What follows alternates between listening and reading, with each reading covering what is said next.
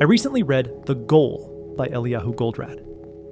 This book has sold more than 10 million copies and made Time's list of the 25 most influential business books of all time. It's so impactful that Jeff Bezos hosted an all-day book club on it with Amazon executives back in 2013. The book is built around one simple concept that, if properly understood, can rapidly increase how much you get done in a week. That concept is bottlenecks. Picture a slow car on a single-lane road. That car sets the speed for every car behind it. The moment it speeds up, everyone behind it gets where they're going faster. Your work has a bottleneck just like that car. If you find it and speed it up by 50%, your weekly output goes up by 50%. Spending time trying to improve anything other than a bottleneck is largely a waste. If you manage to double the number of podcasts you record a month, but editing still takes a week, you've just added to your backlog. If you produce 10 polished reports, but your boss can only review and approve one a week, you've largely wasted your time. In The Goal, a factory manager stops trying to make every part of his plant efficient and focuses on the single bottleneck that sets the pace for the whole operation. Within weeks, he turns a money-losing factory on the brink of shutting down into a highly profitable business. Author and physicist Eliyahu Goldratt did something similar with a neighbor's chicken coop building business. He helped them find and attack a bottleneck, and they tripled the number of coops they built each week. Focusing on bottlenecks can also boost your performance. Swimmer Sheila Tarmina failed to make the United States Olympic team in 1992. Then she focused on training bottlenecks and went on to win gold in the next Olympics. The key to these turnarounds is to stop trying to optimize many things at once and instead focus on maximizing one bottleneck. Do it right, and you can double the results you want. Improve a bottleneck in a systematic way using the fixer method. Find, increase, X other efforts, elevate, and repeat. I'll explore each part by using examples that will help you see ways to eliminate bottlenecks and get better results in different areas of your life. First, find the bottleneck. Start by identifying one major work task you're responsible for.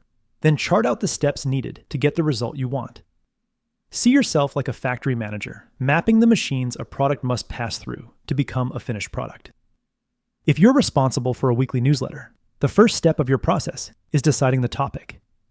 Then you gather your notes on the topic, complete the first draft, and refine sections using AI.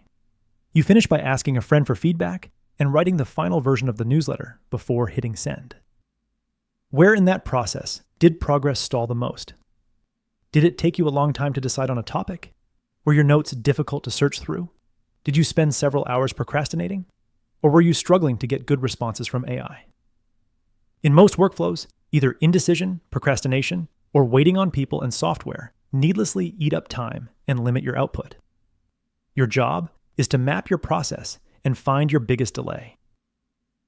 Finding bottlenecks can also help you improve your performances outside of work. If you want to reach the next level in a sport or hobby, list the sub-skills it requires and compare each one against your competition.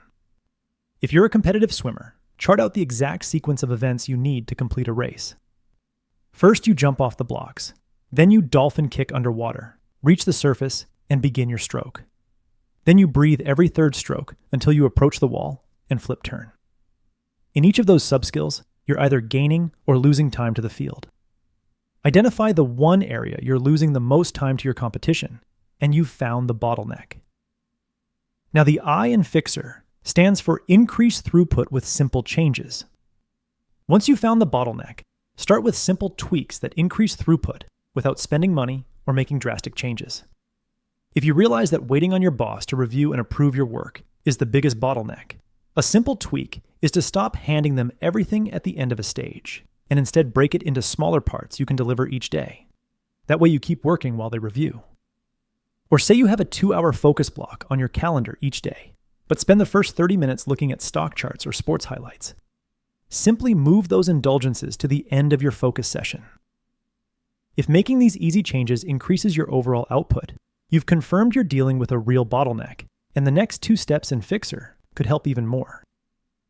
The X in Fixer stands for X out non-bottleneck effort. If simple tweaks helped but aren't enough, it's time to temporarily scale back all other improvement efforts and divert your time and energy into the bottleneck. As a competitive swimmer, do the bare minimum in every subskill so you can maximize growth in your one bottleneck area. By the end of the month, 80% of your practice time should have gone to the bottleneck and the remaining 20% to simply maintaining your other subskills. If very few people know about the product you sell, redirect at least 80% of your product development time to marketing to see if sales accelerate next month. Most people resist scaling back because it means less time doing what they're already good at and feeling competent.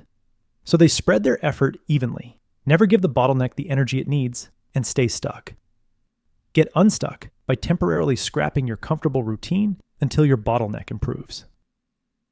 The E in Fixer is for elevate with investment. If you've made simple tweaks to increase throughput and then redirected your time and effort to attack a bottleneck, but see that there's more upside left, it's time to spend some money. For a hospital manager, this could mean buying a second CT scanner to cut wait times in half. If using AI more is improving a bottleneck, but you keep running out of tokens on your basic plan, then pay up to get the Pro plan to see how much it improves your output. The final letter in Fixer stands for repeat. If you've seen a big jump in results by focusing on one bottleneck, it's tempting to keep making improvements in that same area. This is the trap most people fall into. Their gains get smaller and smaller, but they keep at it because they've settled into a new comfort zone. But if you believe growth matters more than comfort, then go back to your process chart or your list of subskills and start over. Find your new bottleneck, increase its throughput, X out non-bottleneck effort, and elevate it with investment. Do that on repeat and watch your results compound to produce shocking improvements. That was the core message that I gathered from The Goal by Eliyahu Goldratt. This productivity book reads like a novel and is oddly impactful. It follows a plant manager who has 90 days to save his failing factory and reveals many ways to think about bottlenecks along the way. I recommend it for anyone interested in business or who wants to learn to think in systems. If you would like a one-page PDF summary of the insights I gathered from this book, just click the link in the description below and I'll email it to you. If you're already signed up for the free Productivity Game newsletter, this PDF is in your inbox.